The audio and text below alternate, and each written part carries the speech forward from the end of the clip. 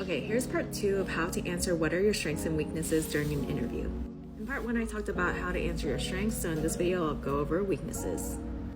Now here's an example of a template that you can use. Okay, now let's see this template in action. Say you have issues with delegating tasks. One example response you could use is, I'm a bit of a perfectionist, so I sometimes struggle to delegate tasks to my teammates. This has led to taking on too much. As a manager, I've tried to be intentional about recognizing the strengths of those on my team and delegating tasks that match those strengths. It was hard at first, but I've seen that by communicating clear expectations and trusting my team, they rise to the occasion and I'm able to manage projects more efficiently.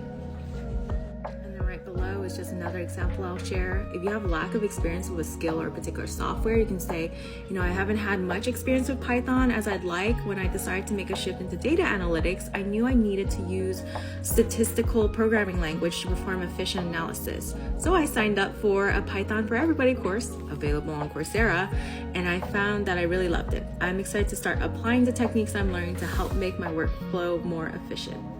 Really convey that growth mindset and how you're proactively taking steps to address knowledge gaps or some of your weaker areas. That's a strong green flag to any hiring manager. Lastly, here's a list of weaknesses that you could also consider speaking to in your interview. Let me know if you have other questions about the interview process that we should cover next.